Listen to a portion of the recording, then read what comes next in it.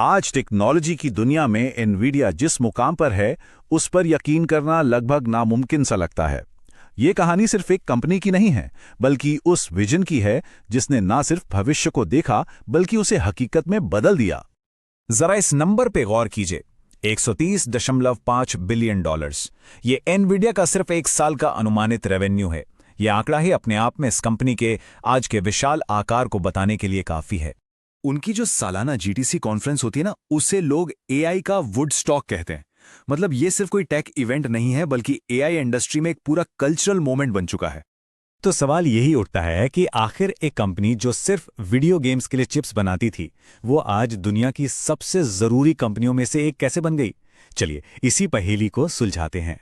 इस सवाल का जवाब हमें मिलेगा अतीत में, एक ऐसे वक्त में जब कंपनी ने एक बहुत बड़ा दांव खेला था। एक ऐसा दांव जिसने इस कंपनी की तकदीर को हमेशा हमेशा के लिए बदल दिया। सोचिए, साल था 1997। एनवीडिया के बैंक में सिर्फ 6 महीने का पैसा बचा था। दिवालिया होने की कगार पर थे वो। और ऐसे में उन्होंने अपनी नई रीवा 128 चिप को बिना एक भी असली सैंपल बनाए सीधे मैन्युफैक्चरिंग के लिए भेज दिया। ये एक ऐसा जुआ था जो या तो उन्हें अर्श पर पहुंचा सकता था या फर्श पर ला सकता था। और मजे की बात देखिए, जब वो चिप बनकर आई तो उसमें एक कमी थी।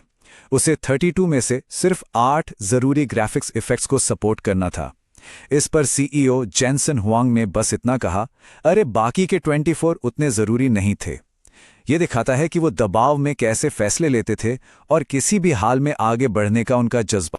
तो बचने के लिए उनका प्लान वाकई में बड़ा साहसी था। पहला, चिप को कंप्यूटर पर ही टेस्ट करने के लिए एक वर्चुअल दुनिया बनाओ। दूसरा, असली प्रोटोटाइप का चक्कर ही छोड़ दो, पैसा और वक्त दोनों बचेगा। और तीसरा, जैसे ही पहली सही चिप मिले सीधे मास प्रोडक्शन में डाल दो। देखिए, उनके पास कोई और चारा था भी नहीं। रीवा 128 का संकट तो टल गया, लेकिन एनवीडिया ने इसके बाद एक और भी बड़ा और लंबा दांव खेला। पर इस बार ये दांव हार्डवेयर पर नहीं, बल्कि एक सॉफ्टवेयर पर था जो आने वाले कल को लिखने वाला था। उन्होंने बनाया कूडा। अब ये कूडा क्या है? इसको ऐसे समझिए, ये एक तरह की जादुई चाबी है जो एनवीडिया के ग्राफिक्स चिप्स मतलब जीपीयूज की असली ताकत को अनलॉक कर देती है। इसके बाद वो चिप्स सिर्फ गेम्स के लिए नहीं रहे, बल्कि किसी भी तरह की मुश्किल से मुश्किल कैलकुलेशन के लिए इस्तेमाल हो सकते थे। कूडा ने सच में सब कुछ बदल दिया। पहले जीपीयू क्या था? गेमर्स और डिजाइनर्स के लिए एक खास टूल। लेकिन कूडा के आने के बाद वही जीपीयू वैज्ञानिकों, रिसर्चर्स और हाँ, एआई डेवलपर्स के लिए एक छोटा मोटा सुपर कंप्यूटर बन गया। और कमाल की बात यह है कि वो एक ऐसे बाजार के लिए ये सब बना रहे थे जो था ही नहीं। वो खुद इसे $0 बिलियन मार्केट कहते थे। मतलब एक दूर की सोच तो थी, पर यह एक बहुत बहुत बड़ा रिस्क भी था। और इस दांव का फल मिलने में 1 दशक से भी ज्यादा का वक्त लग गया।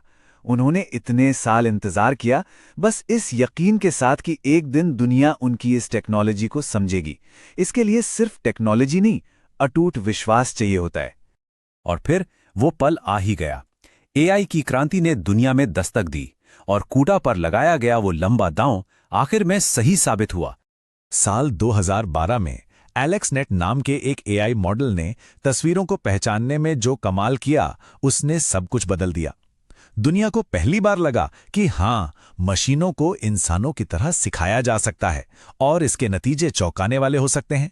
और मजे की बात ये कि एलेक्सनेट जैसे मॉडल्स को चलाने के लिए जिस तरह की जबरदस्त कंप्यूटिंग पावर चाहिए थी, वो सिर्फ और सिर्फ एनवीडिया के कूडा प्लेटफॉर्म के पास थी।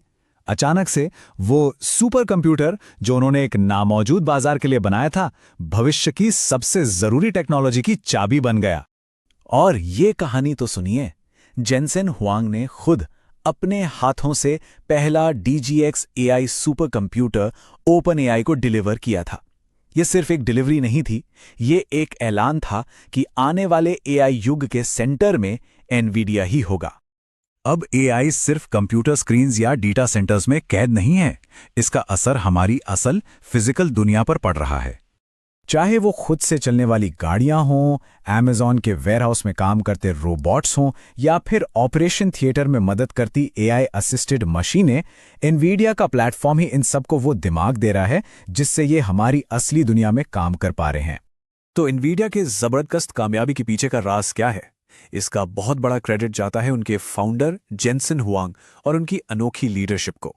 जब उनसे पूछा गया कि उन्हें सबसे ज्यादा डर किस बात से लगता है, तो जानते हैं उन्होंने क्या कहा? अपने कर्मचारियों को निराश करने से। यह दिखाता है कि उनके लिए सिर्फ एक बिजनेस नहीं है, बल्कि उन लोगों के सपनों की जिम्मेदारी है जो उन पर भरोसा करते हैं। यही तो एक महान एंटरप्रेन्योर की पहचान होती है। वो उस भविष्य को देख लेता है जिस पर कोई और यकीन नहीं करता। पहले गेमिंग में और फिर एआई में हुआंग ने वो देखा जो किसी और को नहीं दिखा, और यही बात उन्हें सबसे अलग बनाती है। और आखिर में उनकी रणनीति का नतीजा क्या निकला? उन्होंने सिर्फ एक प्रोडक्ट नहीं बेचा, उन्होंने एक पूरा प्लेटफॉर्म, एक पूरा इकोसिस्टम बना दिया जो एक पूरी नई इंडस्ट्री की नींव बन गया। एनवीडिया ने एआई क्रांति का इंजन तो बना दिया, पर अब सोचने वाली बात यह है कि क्या होगा जब वो इंजन खुद को ही और बेहतर बनाना शुरू कर देगा? ये सवाल हमें भविष्य की अनगिनत संभावनाओं के बारे में सोचने पर मजबूर करता है।